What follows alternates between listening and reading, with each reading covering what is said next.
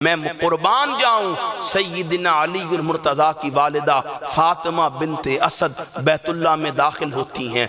बेटा अली पैदा होता है, करीम आका को खबर होती है, हुजूर तशरीफ लेकर आते हैं। अली मुर्तज़ा की वालिदा परेशान हैं, चेहरे पर नकाहत है, अर्ज करती हैं मोहम्मद अभी तक बेटे अली ने आंख नहीं खोली है। करीम आका अली मुर्तज़ा को हाथ में लेते हैं। आप इताअत का माना मफहूम समझिएगा। बच्चा दुनिया में आए माँ देखता है, सबसे पहले बाप देखता है। उसका अमल ये होता है, उसकी नजर माँ पर पड़ती है या बाप पर पड़ती है। लेकिन अली की अजमत और शान ये है, ना माँ देखते हैं ना बाप देखते हैं, चेहरा ए मुस्तफा देखते हैं।